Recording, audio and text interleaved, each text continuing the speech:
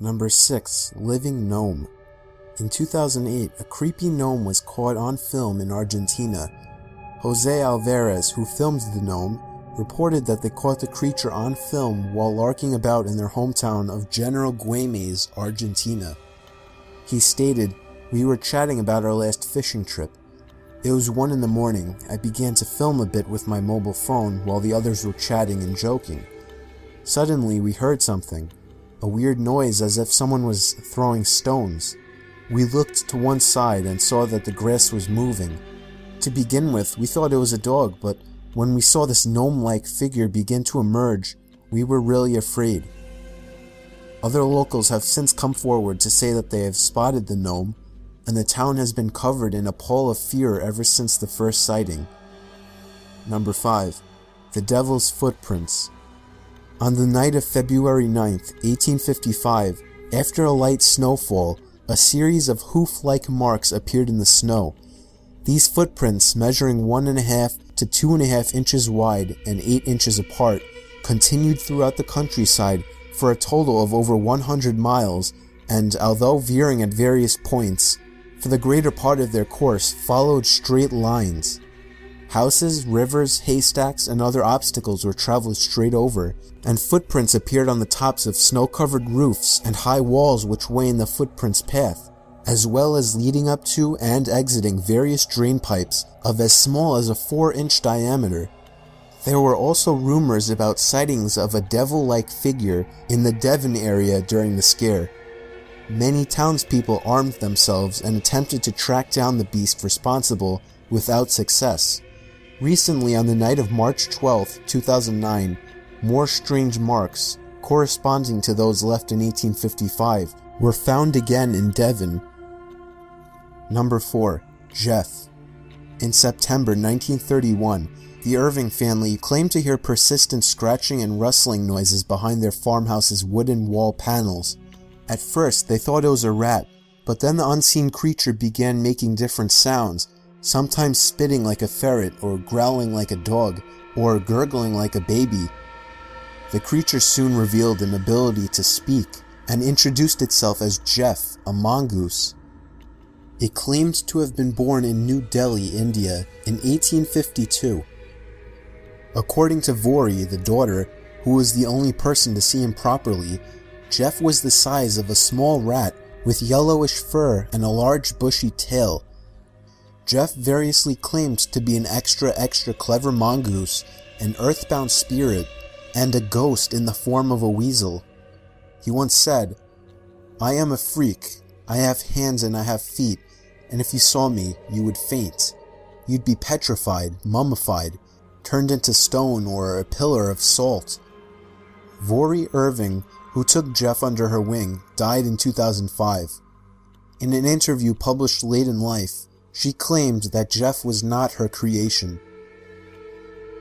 Number 3. James Warson.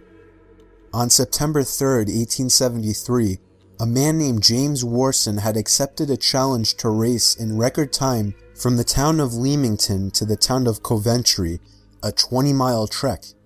He had been boasting of his foot skills and then was asked to prove them, so, with sporting good spirits, he set about to do just that. Two friends, Hammerson Burns and Barham Wise, followed behind in a horse-drawn carriage. Burns brought along his camera.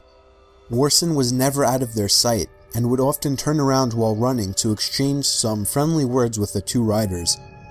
Running in the middle of the road, Warson suddenly appeared to stumble and pitch forward, having time enough for only one short, piercing scream.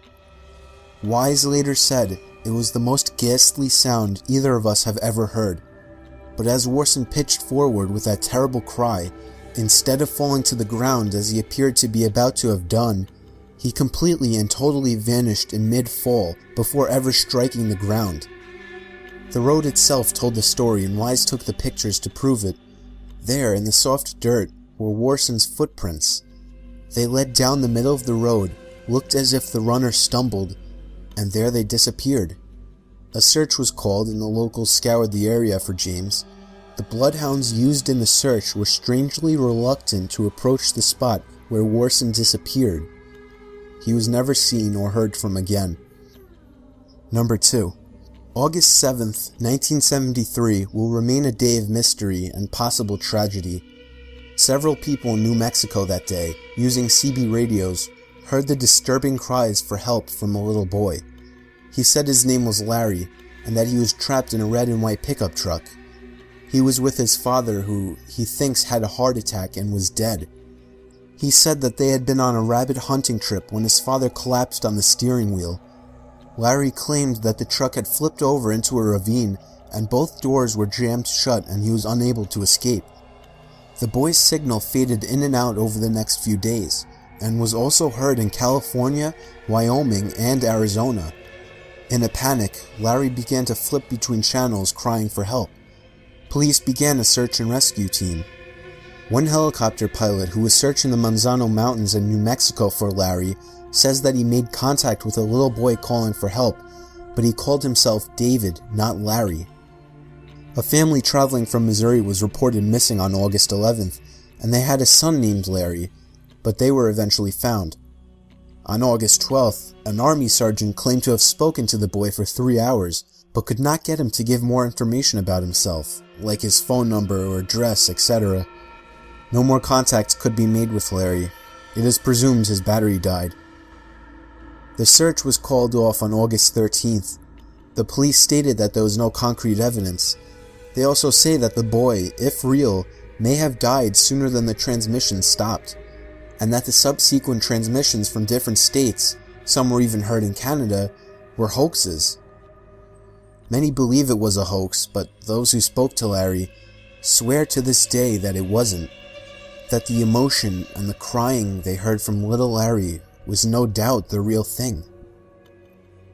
Number 1.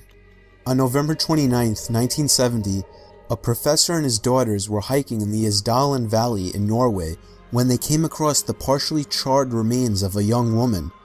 She was surrounded by a large quantity of sleeping pills and bottles of gasoline.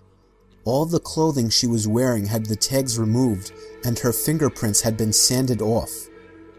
A dental screening was done, and some of her dental work was done using techniques only found in Latin America.